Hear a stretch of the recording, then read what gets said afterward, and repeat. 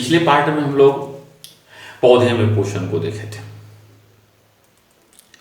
आज हम लोग जंतु के पोषण के पास चलेंगे। जंतु में पोषण,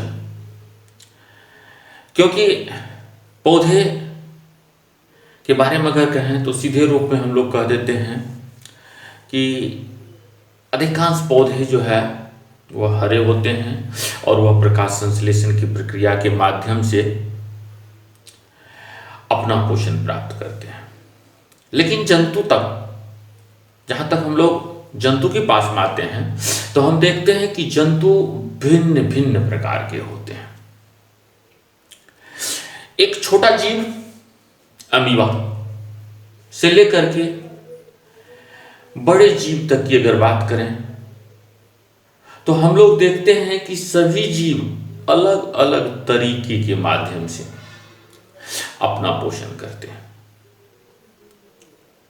इतना ही नहीं, इससे पहले भी हम लोग जो देख रहे थे उसमें हम देखे थे कि कुछ जीव ऐसे होते हैं जो मरे हुए पर अपना जीवन यापन करते हैं, कुछ दूसरे जीव के ऊपर में अपना जीवन यापन करते हैं, कुछ तरल अथवा ठोस के रूप में अपना भोजन ग्रहण करने के तरीके के अनुसार भोजन ग्रहण करते हैं। तो इस प्रकार से मृतजीवी, परजीवी, प्राणी संपोषी, ये सारे के सारे जो है जीव अपना पोषण प्राप्त करते हैं। यहां पर हम लोग जंतु में पोषण की प्रक्रिया के पास चलने के से हम लोग एक सीक्वेंस जो हमारा बनता है कि जंतु जिस विधि के माध्यम से पोषण प्राप्त करते हैं उसमें मुख्य घटक कौन कौन से हैं या मुख्य चरण कौन कौन से हैं, किन किन चरणों की आवश्यकता होती है जंतुओं को पोषण प्राप्त करने के लिए। यानी कि जंतु पोषण प्राप्त करते हैं क्योंकि विभिन्न प्रकार के जंतु हैं, लेकिन एक सीक्वेंस देखें तो सभी जंतुओं में पोषण प्राप्त करने के लिए कुछ विभिन्न चरण सबों में लगभग एक समान ही हैं। कुछ थोड़े से वेरिएशन आते हैं, लेकिन ये सारे के सारे चरण है जिसके माध्यम से जंतु पोषण प्राप्त करते हैं। तो जंतुओं में पोषण प्राप्त करने के लिए जो विभिन्न चरण हैं, हम सभी चरण के ऊपर में एक संक्षिप्त चर्चा करने का प्रयास करेंगे, या हम एक उदाहरण के द्वारा जो है उसके ऊपर चर्चा करने का प्रयास करेंगे। फिर जो है सो हम मनुष्य के ऊपर में उसके पोषण की प्रक्रिया की चर्चा करेंगे। तो जंतु में पोषण के जो विभिन्न चरण हैं वह है, जो पहला हमारा चरण है वह अंतःग्रहण है, इंगेशन। दूसरा चरण है पाचन यानी कि डाइजेशन। तीसरा चरण है अवशोषण यानी कि ऑब्जर्वेशन। नेक्स्ट चरण है स्वांगीकरण, एसिमिलेशन। और जो सबसे लास्ट चरण है बहिष्करण, इंगेशन। तो इस प्रकार से जितने भी जीव हैं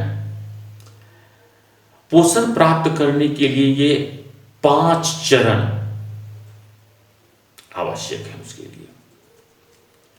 अब इन सभी के सभी चरणों के ऊपर प्रकाश डालने के लिए हम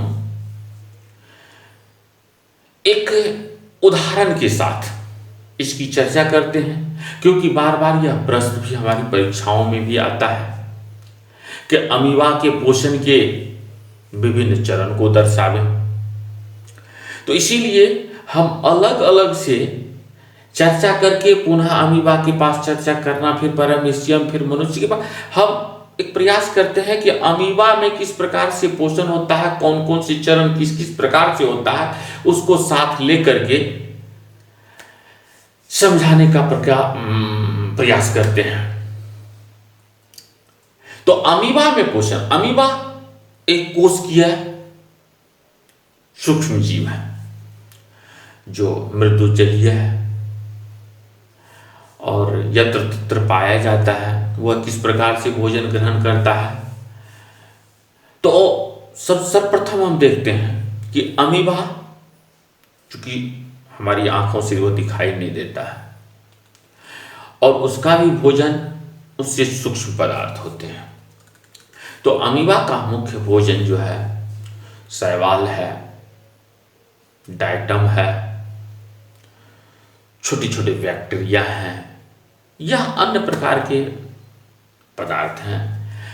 तो और एक दूसरी बात है कि अमीबा कूटपाद के सहारे चलने का भी काम करता है और भोजन ग्रहण करने का भी काम करता है, क्योंकि कूटपाद ही उसका एक ऐसा अंग है जिसके सहारे ये दोनों काम करता है, गमन का भी काम करता है और भोजन ग्रहण का भी काम करता है। हम जानते हैं कि अमीबा की आकृति जो है सो निश्चित नहीं होती है, वह हमेशा बदलता रहता है। अमीबा के पोषण की चर्चा करने पर हम देखते हैं कि अमीबा जल में रहता है, कूटपाद के वह सहारे चलता है। जैसे ही भोजन उनको अनुभव होता है कि भोजन, उसका भोजन हमारे नजदीक में है, अपने कूटपाद को उस भोजन के चारों ओर से घेर लेने का काम करता है और जैसे ही वह उसको चारों ओर से घेरता है, भोजन जो है उसके शरीर के अंदर प्रवेश कर जाता है, क्योंकि अमीबा के पास में कोई अपना मुख नहीं होता है। कूटपाद के सहारे ही चलता भी है, कूटपाद के सहारे वह भोजन को घेरता भी है और वही कूटपाद उसका मुख का काम भी करता है। तो इस प्रकार से सबसे पहला जो चरण है अंतःग्रहण, तो अमीबा इस कूटपाद के सहारे अपने भोजन को अंतर्ग्रहित कर लेता है। अंतःग्रहण की अगर परिभाषा अगर कहें तो भोजन को अपने शरीर में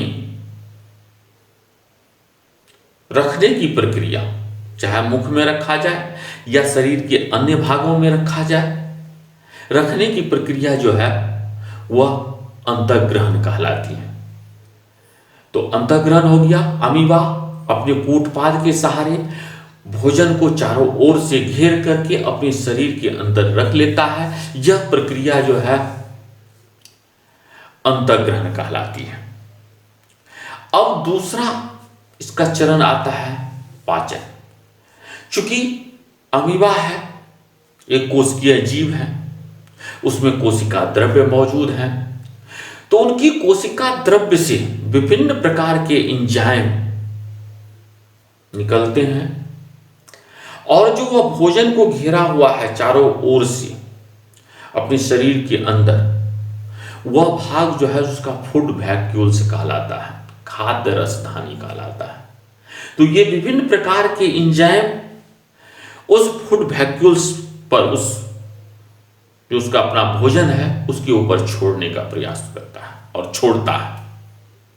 छोड़ने के बाद वह भोजन जो है सो छोटे छोटे टुकड़े में विभक्त हो जाता है, यानी कि वह भोजन एक लई के समान बन जाता है उसका, उस खाद्य रसधानी में, फूड वैक्यूल्स में। तो यह प्रक्रिया जो है सो पाचन कहलाती है। पाचन की अगर परिभाषा कहें तो भोजन को इतने छोटे टुकड़े में विभक्त कर दिया जाना जिससे कि वह अवशोषित हो सके, जल में घुल जाए और अवशोषित हो सके, यह प्रक्रिया जो है सो पाचन कहलाती है। तो अमीबा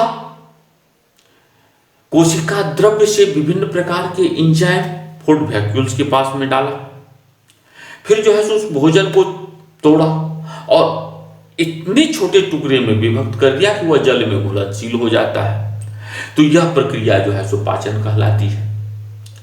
अगर अगला है हमारा चरण अवशोषण। अब क्या होता है, उस फूड वैक्यूल्स में, खाद्य रसधानी में जो भोजन जल में घुला हुआ है, अब वही कोशिका द्रव्य उस भोजन से तत्व को अवशोषित करके कोशिका द्रव्य में ग्रहण करने का काम करता है। तो भोजन में घुले हुए, जो जल में घुले हुए भोजन है, वह कोशिका द्रव्य के द्वारा जो है सो अवशोषित कर लिया जाता है और यह प्रक्रिया कहलाती है अवशोषण। यानी कि अवशोषित कर लेना, जल में घुले भोज्य पदार्थ को अवशोषित कर लेने की प्रक्रिया जो है सो अवशोषण कहलाती है। आगे अगला चरण है स्वांगीकरण। स्वांगीकरण यानी कि जो वह भोज्य पदार्थ ग्रहण करके अवशोषित किया है, उसका तो उपयोग होगा। उपयोग होगा कहाँ? वृद्धि और विकास, रिपेयर, मरम्मत, वृद्धि, विकास। इससे होता क्या है कि कोशिका का आकार जो है जो बढ़ जाता है, वह मैच्योर्ड हो जाता है, यानी कि अब वह डिवीजन के लिए तैयार हो जाता है। तो यह जो आकार में वृद्धि होना और विभाजन की ओर अग्रसर होना, यह प्रक्रिया कहलाती है स्वांगीकरण। यानी कि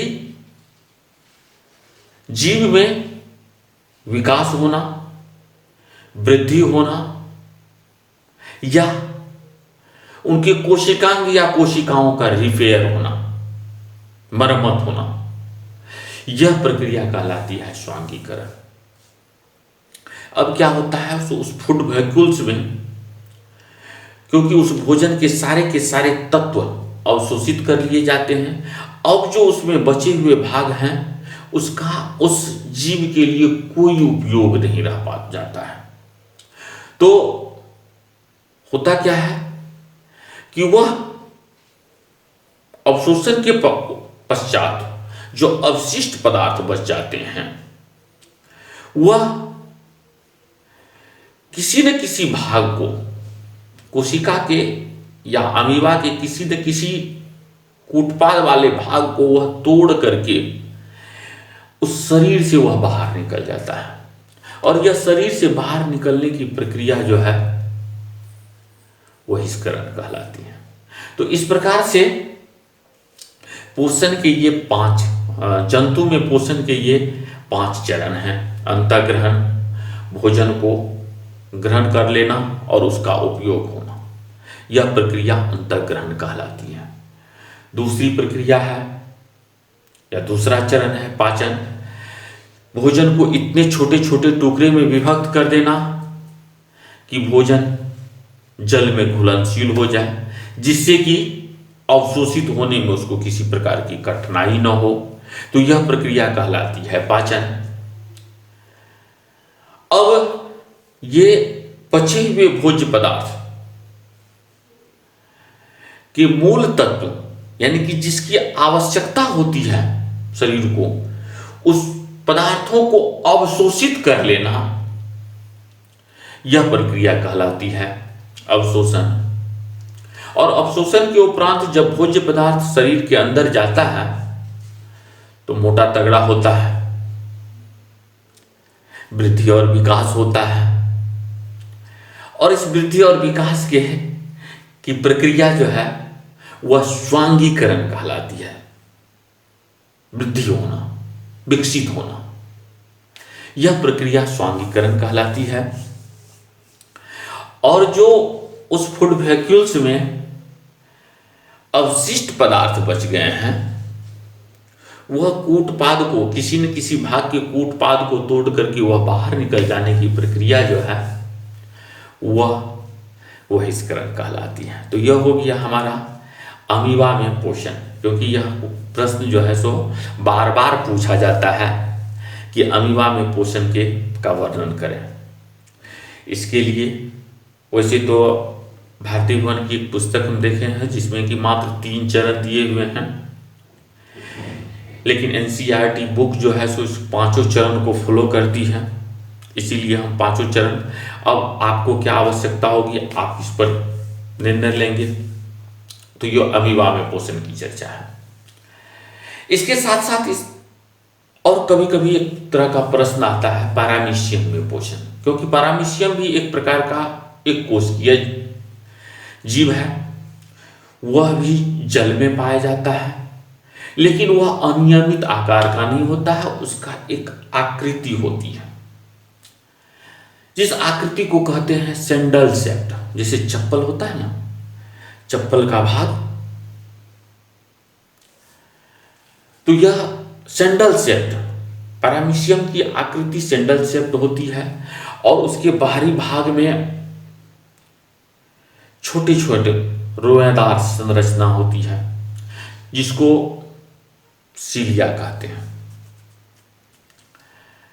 और इसके पास में एक विशेष अंग भी होता है, यानी कि मुख भी होता है। अमीबा के पास में मुख नहीं था, उसकी आकृति जो है सुनिश्चित नहीं थी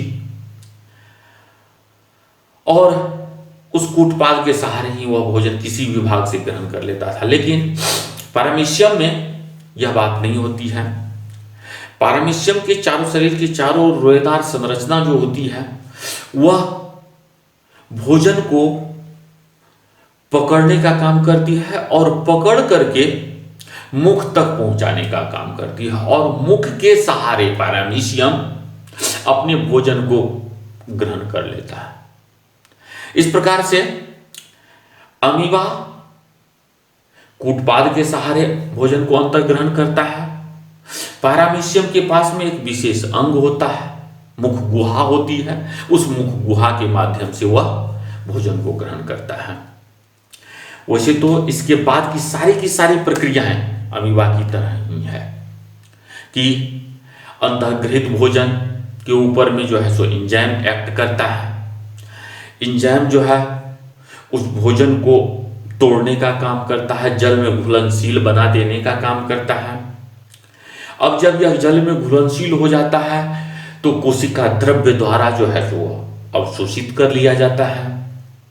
कोशिका द्रव्य उसको अवशोषित कर लेती है, तो इसके बाद जो है सो स्वांगीकरण की प्रक्रिया होती है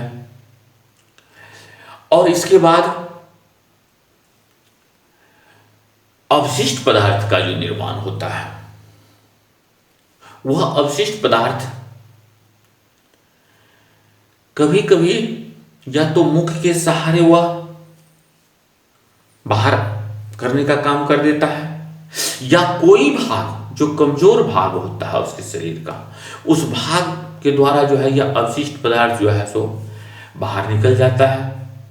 और इस प्रकार से जो है पैरामीशियम में पोषण के विभिन्न चरण भी लगभग अमीबा की तरह ही हैं। सिर्फ और सिर्फ अंतःग्रहण जो है अमीबा कूटपाद के सहारे करता है, लेकिन इसके पास में एक विशेष प्रकार का अंग है। अमीबा की आकृति निश्चित नहीं होती है, इसकी आकृति निश्चित होती है। तो इस प्रकार से हम देखें कि सरल जंतु यानी कि अमीबा तथा पैरामीशियम किस प्रकार से पोषण प्राप्त करने का काम करता है, इनके विभिन्न चरण किस प्रकार से हैं। तो ये हो गया आपको सरल जंतुओं में पोषण की चर्चा। अगली टॉपिक में हम लोग चलेंगे कि जटिल जीव में। तो जटिल जीव के अंतर्गत मनुष्य की ही चर्चा आती है और मनुष्य में किस प्रकार से पोषण होता है उसी को जानने की आवश्यकता भी होती है। तो अगले टॉपिक के पास जब हम लोग आएंगे तो हम लोग मनुष्य में पोषण की चर्चा करेंगे, यानी कि जटिल जीव में किस प्रकार से पोषण की प्रक्रिया होती है क्योंकि जटिल जीव में विभिन्न प्रकार के अंग होते हैं, अंग तंत्र होते हैं, उसके सहारे जो है वह पोषण करने का। तो अगले टॉपिक पर हम इसकी चर्चा करने का प्रयास करेंगे, प्रकाश डालने का प्रयास करेंगे। धन्यवाद।